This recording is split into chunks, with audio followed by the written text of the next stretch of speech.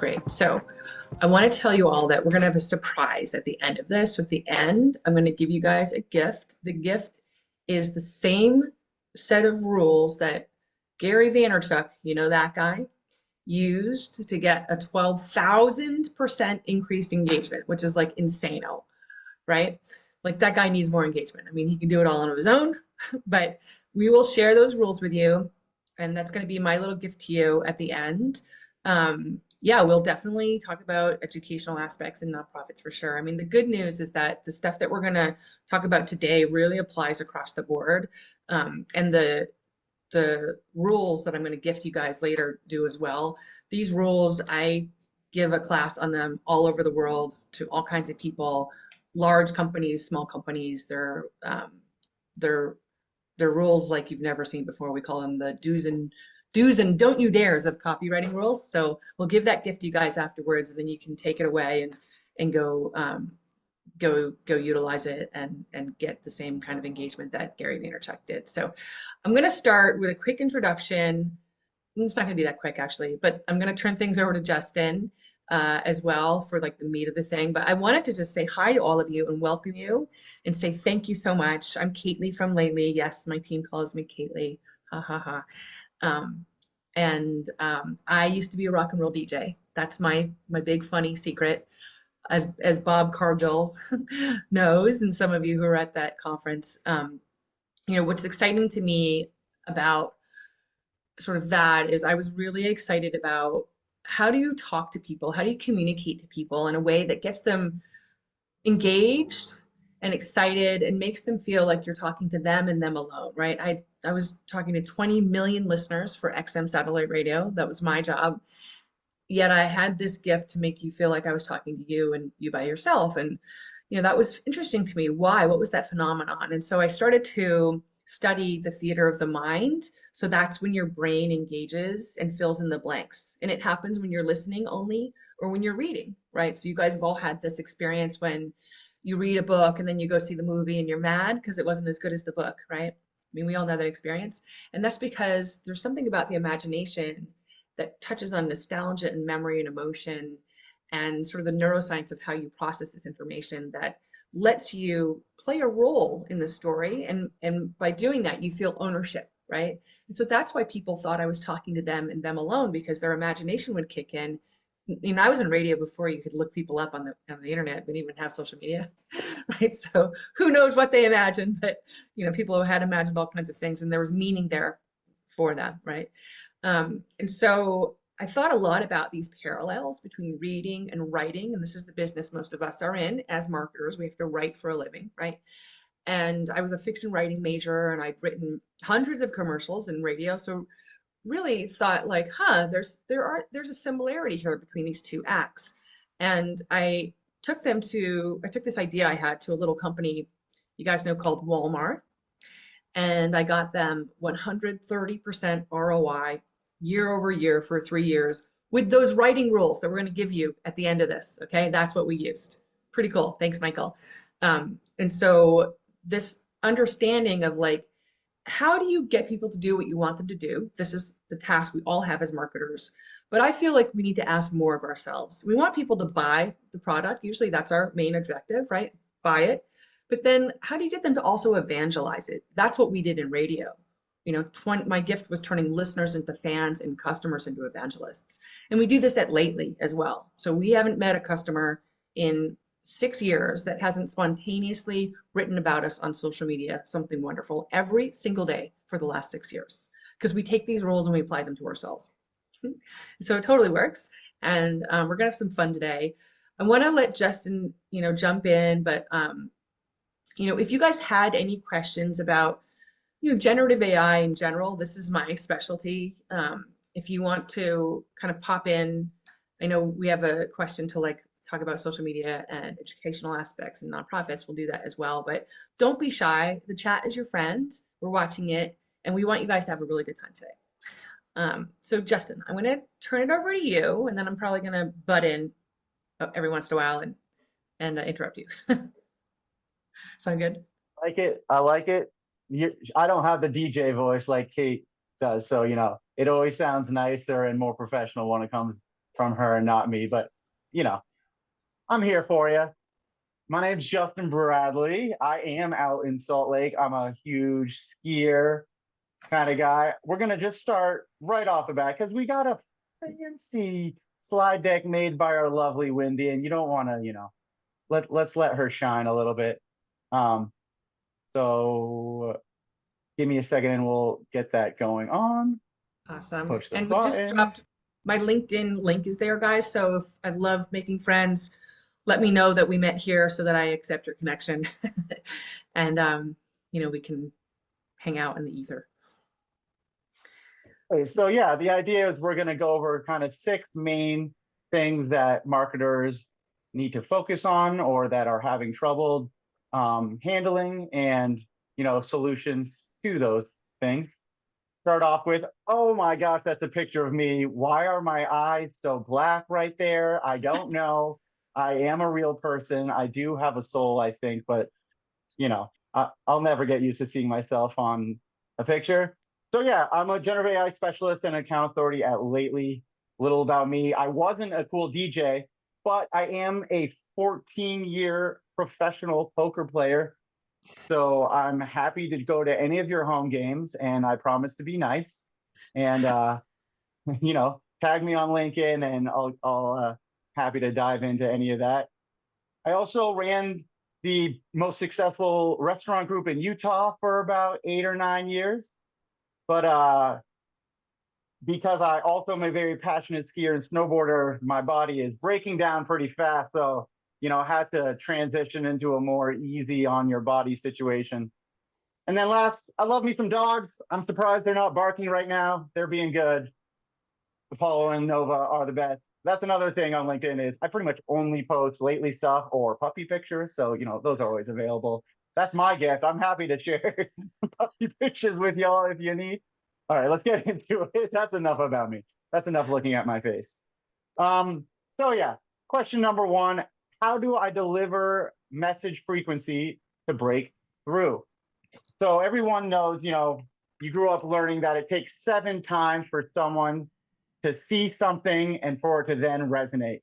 But with today's massive influx of media and advertisers and everything, that's really boosted to more like 20 to 24 times to really get to something to resonate with the customer. And it's hard because you start with this blog article or this news article or this podcast, but how are you going to create at scale those 20 posts, keeping the messaging consistent while having a little bit of a different thing in each social post so you don't seem spammy, but you're still focusing on that engagement and getting as much value out of this long form content that your companies or your clients have. They've spent all this time doing these podcasts, these webinars, writing these great blog posts, doing these great news articles. How can we get the most value out of all of that and really just drive engagement, drive sales, drive leads in that way?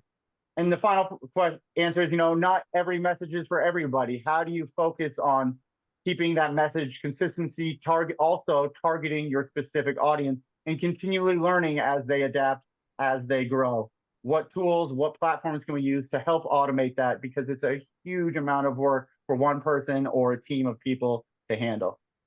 Justin, one thing on this, before go back for 1 sec. So here's what's interesting, guys. In radio, and I mean, for those of you who ever listened to radio, maybe you don't anymore. We used to play one song, hoping that you would hear it. We'd play it 300 times a week, hoping that you would hear it just once, right? 300 times it would take for someone to hear one song, which is like insane. That's why you get so annoyed. The fact that the rule of 7 is jumped to 24, we all know this. You guys are just like me. I'm sure your attention span is short. We're looking all over the place. We've got 50 tabs open on our laptops, right? So getting that attention is super duper hard. So you do have to have that quantity still, right? You have to have more quantity than ever before. But then the problem is like, you don't want to be spamming people. So the old way was you had to say the same message all the time, like have a Coke and a smile, have a Coke and a smile. But now we know that a varied message is actually what resonates better with customers, because you might be talking about the same product, but you can get at it multiple different ways because humans, we are multifaceted, right? So we have different things that we get excited about. Our friend David Allison calls those values. He actually consults the United Nations on marketing buying decisions across the globe.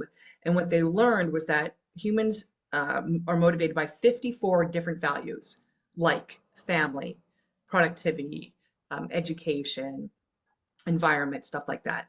And so when you can start to understand what your customers are excited about, what they care about, you can take what you're selling and reframe the message based on that value, right?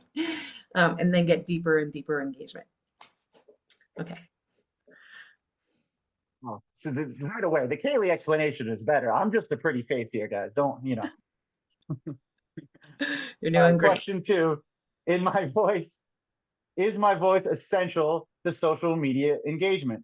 So like Kaylee was touching on, 99% of social media posts are falling right through the cracks and no one's even noticing them. You have so many places you're following. You're getting such an influx of information all the time.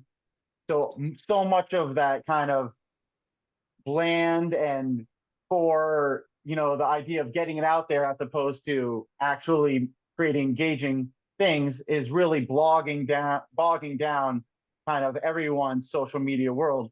So how can we cut through that? And of course, one of the main ways you can do it is injecting your personal brand to create authenticity and differentiation. How can you take your core narrative of your brand or your client's brand to really target in on what they want to sound and establish kind of that trust and that consistency in the messaging?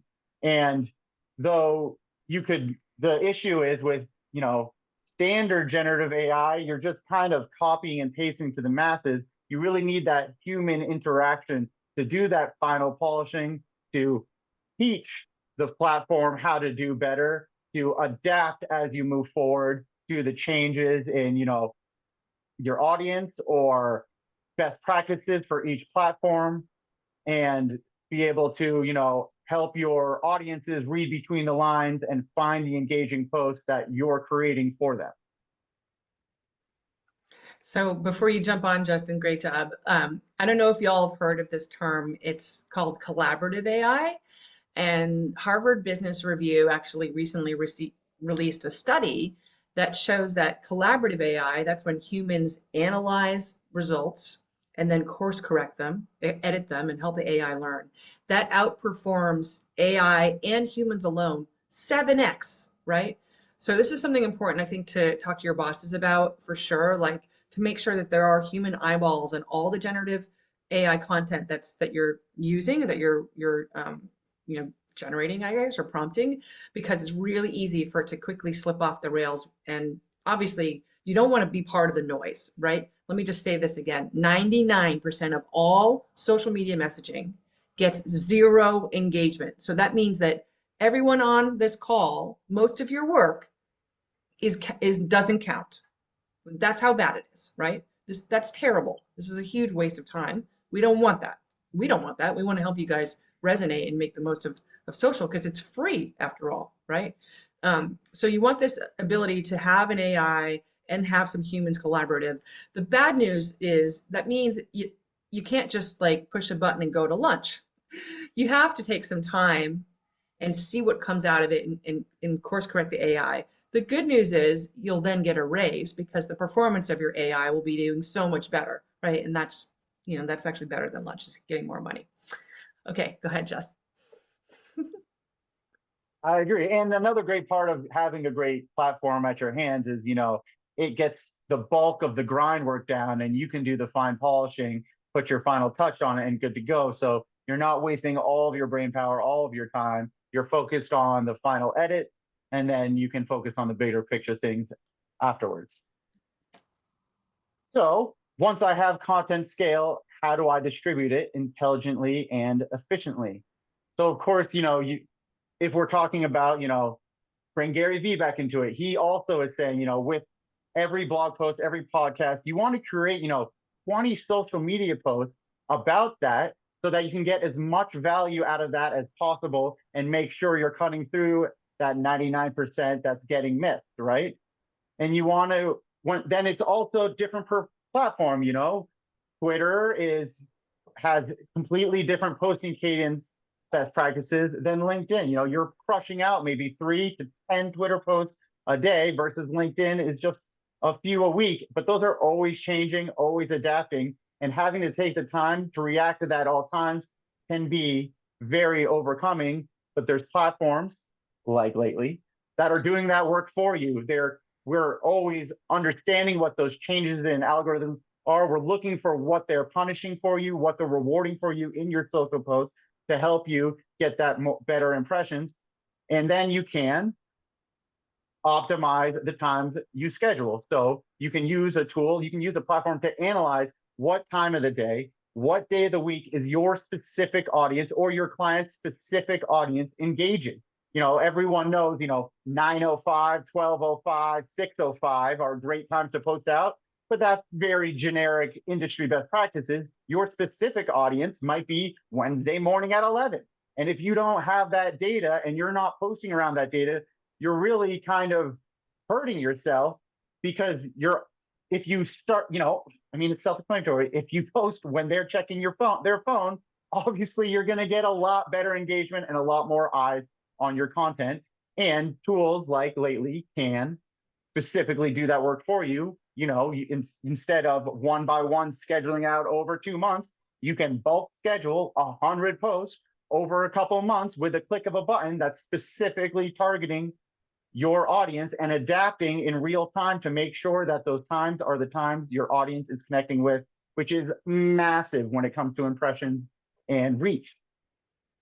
So you guys, if you have specific questions about cadence, totally drop it in the chat and we can answer them. But it's the number one question that we get from some of the largest marketing agencies in the world, some of the largest companies in the world. Like, this is a mystery to people. When do I post? How often? Is it different on different channels? Like all that stuff.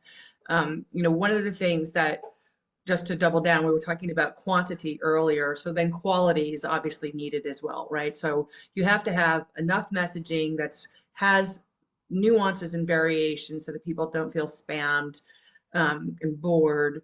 But you also need to be able to figure out, like Justin said, you know, when are the optimal times so that people will actually engage with it so it doesn't, like, you know, drop to the ground. Yeah, different segments on each channel as well, exactly, right? So, and it's very particular. So on LinkedIn, the algorithms are actually dinging you if you post more than once a day. That's personal. For companies, I think it's like 3 to 4 times a week. It's you know, very light over there. Um, Even on the last time I was looking at the LinkedIn stuff, there was no more than 3 hashtags. They would thank you for that. I've been experimenting with 0 hashtags over there, and I see higher engagement with that. You know, the only rule of thumb that's across everywhere, Instagram, Facebook, TikTok, everywhere, is the shorter the post with the less stuff in it, links, emojis, everything, um, those generally can get the highest engagement. So I think it's 86 characters is like, you know, the magic button number, like a super one-liner. But you know, it's really hard to to do that. Um, I did a post on LinkedIn that got 86,000 views, and it was just a quick message. I think it was one sentence. This is what it looks like to hit 1 million in annual revenue when you're all by yourself. It was COVID. And I took a video of myself freaking out, celebrating because it was a big moment. I've also tested crying on video, which gets me the largest engagement. So when I'm having a really bad day, it's pretty funny. We can see through Lately, we are able to analyze words that get the highest engagement. And so, for example, oh my gosh, I'm going to embarrass a bunch of you right now, and I'm sorry in advance, but the call to action that will get you the least engagement, guess what it is? Check out. Check out my blog. Check out my webinar. Check out this sale. So I would encourage all of you to never use that phrase again because none of the channels like it, none of the platforms like it, none of the algorithms like it, none of the people like it. The reason is because it's, when you think about it, if you're telling me to check out your blog, for example, I don't know what that means. I don't know why it's worth my time. What if I click this link and what am I checking out? Where's the value in it to me? So it's kind of cost me time because I got to figure it out. I got to take time to, read the whole thing. So if you can give me some idea so that if I click this link, what will I get out of it? It's going to make me smarter, taller, younger, all the things everybody wants. Great, right? And so that's super important. And also, the phrase checkout can cause lack of trust, and trust is why we buy, right? Has to be in the mix there. So you really want to avoid undercutting your authority with that specific phrase. By the way, lots more of those tips in that the writing rules that we're going to give you at the end will tell you like all this stuff verbatim, and they apply to pretty much anybody. So one more thing I want to say here. There's a famous marketing book. You should all buy it. It's called The Long Tail by Chris Anderson. And it outlines the strategy that made Netflix and Amazon all their money. And it was this strategy of basically having a lot of little things as opposed to focusing on big things. And the little things have this trickle out method where the sum is greater than the what am I saying here? But the little things selling are greater than the big thing. So Netflix is a really good example. What they did was they figured out, all right, after we're gonna mail you guys back in the day, like this origami full, envelope of stuff, they started taking note of what got the most watched, and they learned a lot of data about us. And then they got real smart and they said, well, we know exactly what you guys want to watch, and we've really studied it. And then they produced The Crown, right? They spent a lot of money on that. They went way over budget. I think it was $10 million per episode at the very beginning, per episode, not even season. And they then turned into the beast they are, right? Netflix's original content does super well. So it's the same idea of like learning from the sum of the parts. So when you're producing your content, say you have like 40 posts like Gary Vee method promoting a single video, you want to trickle them out in the long tail away out over time, because even if a post about today's episode or a show, I guess we're on a show, Justin, if this airs next year, it's still valuable because the SEO around it lasts forever, right? It just does. And people will still be answering these questions. Why do hashtag gets penalized? People ask me these questions every single year, and I've been doing this for a decade, right? So I'll answer that question. Hashtags can get penalized if you are, one exception is Instagram, but elsewhere, if you're thinking of a hashtag just as an indexer, nobody uses those. Like the only time is weather, if there's a fire, if there's some kind of major, like national, international, in the moment live event, right? That's really it. Nobody is going to Twitter or X or whatever it's called and like or LinkedIn and looking up the hashtag, I don't know, coffee cups and then finding out from there. We just don't do that. So if you think of them instead as a way to emphasize what you're writing, the same way you would use italics or bold on your keyboard, so something to stand out, that's number one. And you want to put them in line with your copy, not at the end. At the end, again, this kills trust because it looks lazy. Just a whole string of hashtags that you're trying to glom onto. I don't know, you could type in Beyonce for God's sakes. You can type in a million things that it would be nice if you had associated with, right? But it doesn't work, and people know that. They look at it and just think, what is this, wad of stuff I got to wade through. The best way you can use hashtags to get you the most engagement is to use made up hashtags, make them up yourself, and they should be conversational. For example, in real life, I like to swear like a sailor. I try not to do that so I don't offend people, here or on social media, but I'll make up words. I'll make up hyperbole like, holy hot pickled jalapeno peppers. And Lately knows that about me and will write that content for me. But those are the posts that I get the highest engagement. My highest engaging post, I wrote, the hashtag was hashtag peeing my pants, because that's the day that Gary Vaynerchuk wrote about us. Right? No, that's just me. That might not work for nonprofits, for example, but you can still use hashtags that are conversational that lend personality to what you're doing. And so check out, it's always garbage. There's never a time when it works like better than a call to action that's actually genuine, right? So you don't want to say check out this new trailer, because who cares? You want to say like, be, you know, I don't know, get the pants, you're gonna get the pants scared off of you when you see this new trailer. It's like, totally stunning, something like that. You want to give people an idea of emotion, of the uniqueness of it, like why check out this trailer versus check out this trailer, right? In a world, you got to put people in the scene, in the vibe of what you're doing to get them excited about it, as opposed to just it's something else I got to do in my day today. Thanks for another thing on my list, right? Why is this of value to me? Is it going to change my life? Is this movie the movie that's going to like move me and inspire me, excite me, engage me, distract me from my life if I'm having a bad day? Like these are the things that you want to kind of be thinking of. Hopefully that's helpful, Dorio. Samantha, global market, there is no one time how you make those words. Oh, good idea. So at XM, we learned this all the time. You want to choose anchor times. Wait, sorry, you're not asking this question. How can you work at those times? Well, I mean, I developed an algorithm that does this for you. That's the quick and salesy answer. It's true. But really, globally, this is why you want to have the messaging going all the time, Samantha. So like one message is never going to hit all the right people at the same time. You want to hit multiple messages, and by multiple, like literally 40. So if I was going to take this video here with me and Justin today and all of you guys, which we will do because we dog food our own product, we're going to take it, this is what you would do manually. I'll tell you the manual way, okay? You take this video, you would transcribe it, and then you have the transcript. Then you would read the transcript, and I would go through and I would highlight probably 40 sentences that either Justin or I have said or questions that you all have asked. And I would then drop a link to where this video is going to live in the future so anybody can watch it again.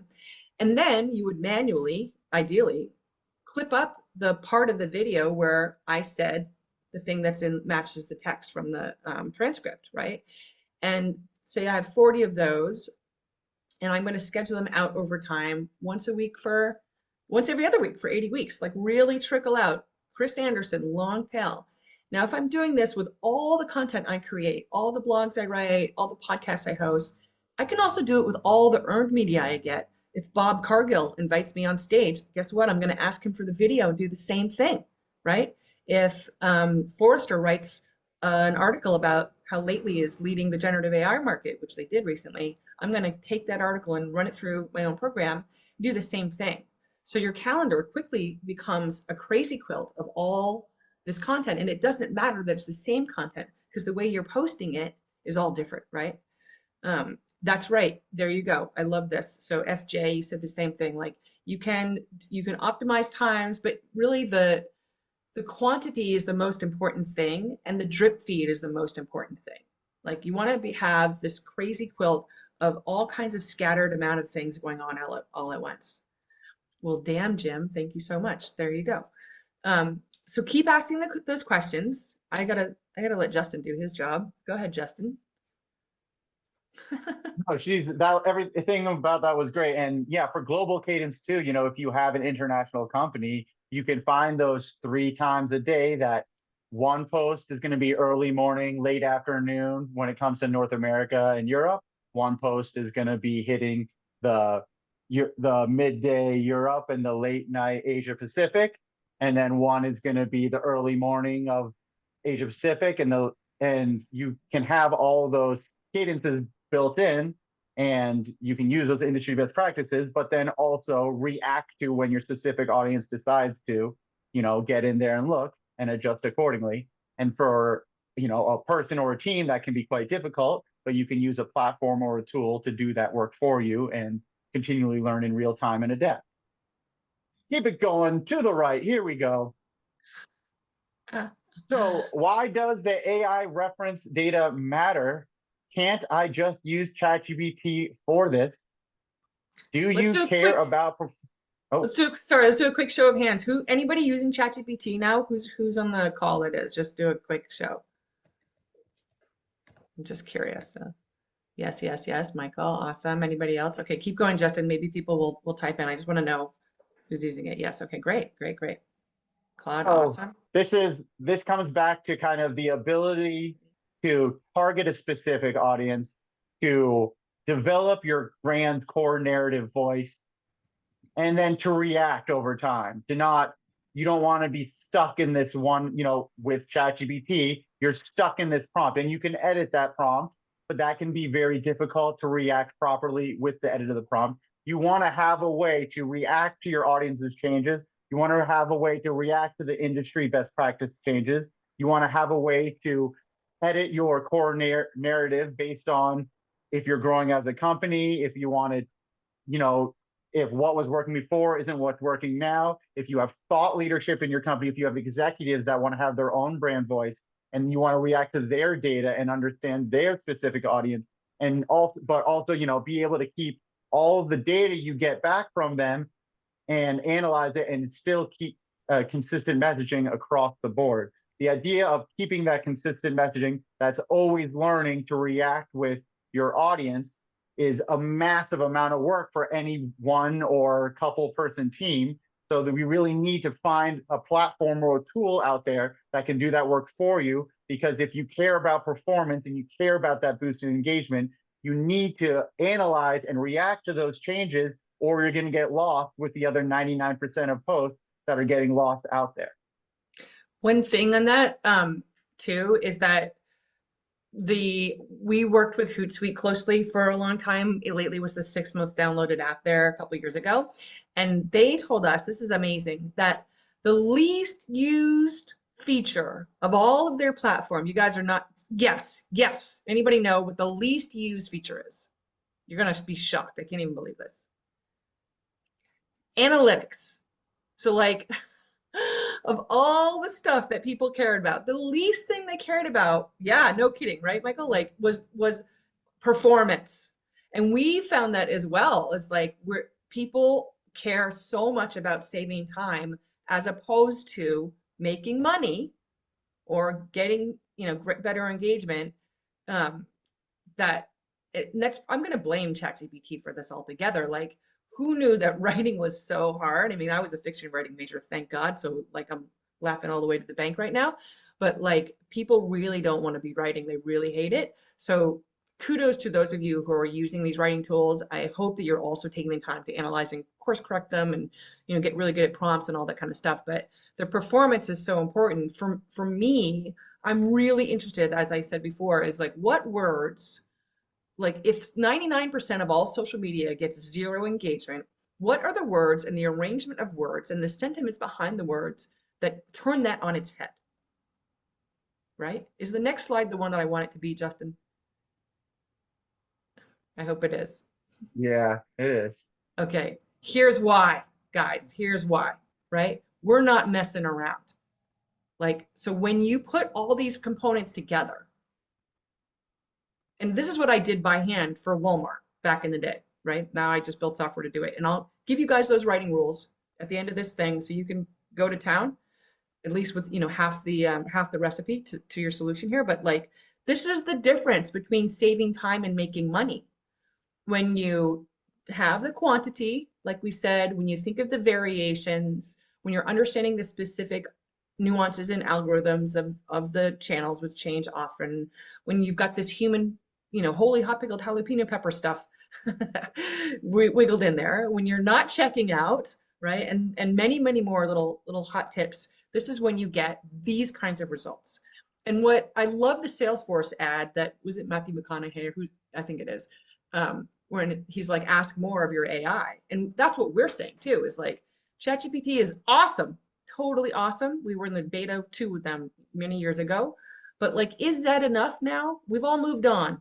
Like that was last year. Last year we're like, great, save me time. Now I want you to ask yourselves, can your AI make you money? And if it's not doing that, you need to move on. All right, Justin, what do you got?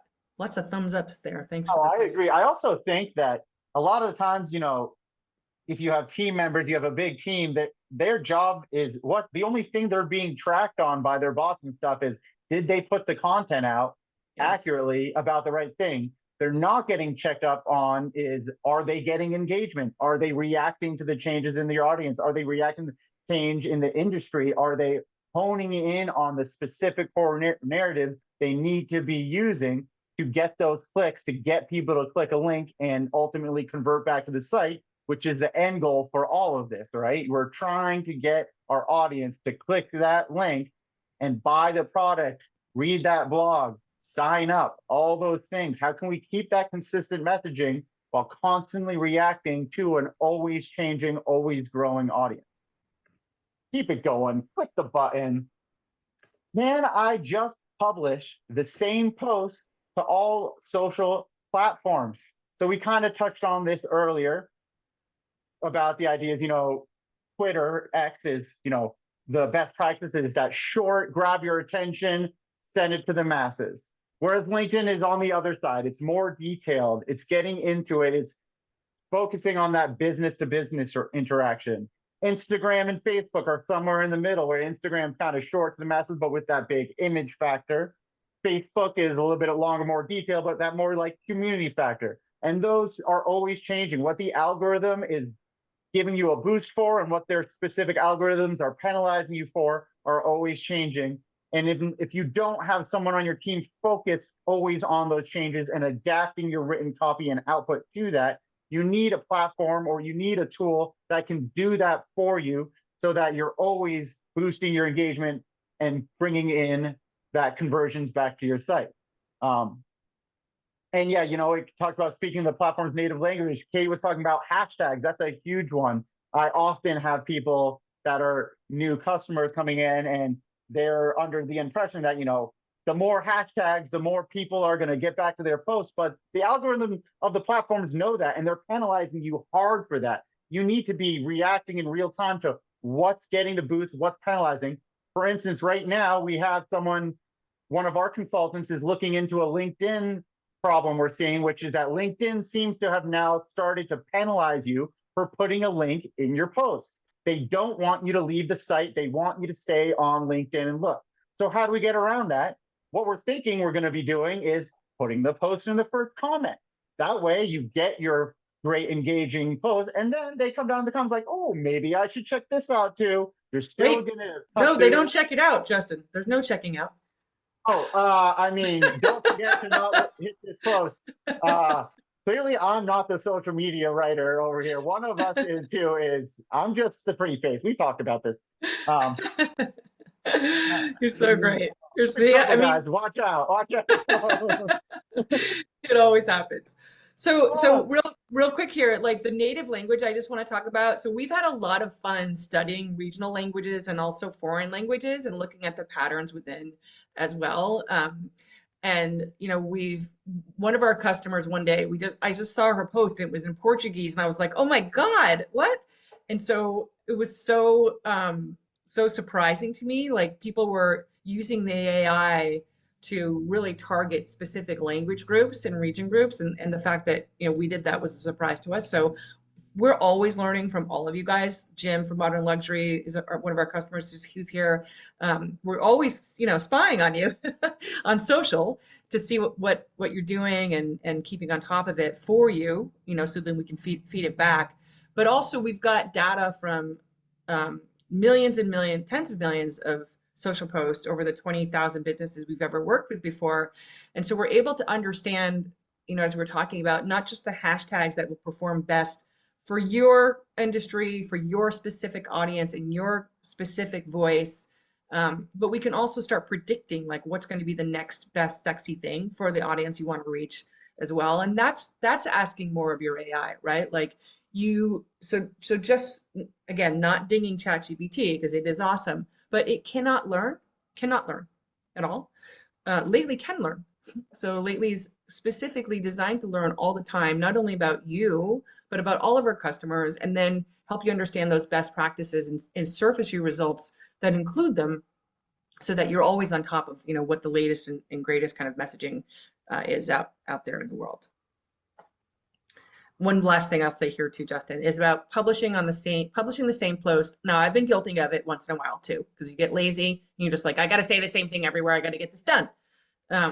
If you have to do that, I would suggest you do it at different times. So if you're going to just copy and paste your message, like at the least, don't do it at the same time. But it is better if you can vary it even a little tiny bit. Or just use that scatter method, right? So like, say I have 10 posts promoting this webinar. I want to change the order of them for each of the channels so they appear at totally random different times, you know? So like it doesn't seem like I'm sick because all the same people a lot of the time will follow you in multiple places and it's like, oh, roll your eyes, he's talking about that again, right? And they know that. And so it seems like lazy. It seems it can come off as distrustful and trust is everything. Everything we've learned about writing is about getting people to trust you to take that next step to then make the purchase. So if you kill the trust in any way, you're dead. There's a lot of tips. In fact, all the tips in the writing rules we're gonna give to you guys, it's all down to trust. Okay. All right. We're almost at time, and I'm gabbing away. How many slides do we have to go? No, we're Okay, here. we're We made here. it. Hey, we're Q&A. here. Okay, okay. Oh, So are there additional questions? And if there's not, I am gonna do what I said I would do and drop this. Um, I see Samantha asks, does Lately have a ChatGPT like AI in it so you don't need both for writing? The answer is yes. We have a built-in ChatGPT where you can prompt it to help build out articles, blogs, things like that. And then you can take that long form blog, you could take that long form content and run it through Lately to get great engaging posts. it's true, it's true. So, guys, if you want a demo of Lately, it's no sales sweat at all. It's fun for Justin. He's learning to get better and better about it. And we want to learn more about you. You can just like put your phone up to that QR code that gives you directly to his calendar. You could, chime in here. You can get him on LinkedIn. He's Justin at lately.ai. Oh yes, I'm going to answer the question about nonprofits, but like the demo is fun. You can just see what AI is doing and get some education and tell your team about it. Again, it's no sales sweat. So I would encourage you guys to do that for us. Great to get to know you as well. With educational and nonprofits, this stuff is all pretty much the same. The writing rules will be the same. Again, my voice is a little more insouciant, as you will see, than probably yours, but the ideas behind are what matters. Justin can totally expand upon that if you choose to have a call with him. But it's the basic principles, right? What sells sells. Nonprofits are still in the business of getting people to do what they want them to do, right? I know because I worked for Walmart Foundation and United Way Worldwide and National Disability Institute, and like these are the things that I taught them that I worked into this software here at Lately. So don't be shy. I'll tell you one thing here that nonprofits do poorly all the time is they use the word need. We need more money. We just need to reach our goal. A needy team is needy and nobody wants to be on the needy team, right? That person is like, ugh, loser. So that's a word to 86 from your vocabulary. Thanks, Barry. First steps in using Activating Lately, like talk to Justin. That's the easiest one. You can hop on self-service and do it yourself, but it's more fun with him because you get the full kit and caboodle and you get a free consultation at the same time. Like you can ask him marketing questions. Some of you I know probably had more questions today and you're just shy, but Justin will give you free advice on whatever you want. It's pretty good. Any other questions? I don't want to waste your time and take more time up, guys, but we love you. Please friend me and Justin on LinkedIn. I don't know if you saw our little LinkedIn things earlier, but we'd love to know that you're around. And I'll just drop mine right in here before we split one more time. And have an awesome rest of your week, guys, okay? So everyone, it was awesome to meet you all. Look forward to, meeting with any of you one-on-one. I also offer really bad jokes, I'm a full, it's worth it, come in, we'll talk about whatever, see if we can help you out. And, maybe I'll show you a puppy pic. They're in here right now, but they're too big to lift up in front of this camera. All right, thanks Everyone. everybody. Rock on. See you later. The link to Justin, can you drop your calendar link right here? So I will do that right now. Give me one second. Get with Justin about the trial. We can arrange different things for different people for sure. And there's a free 7-day one already available.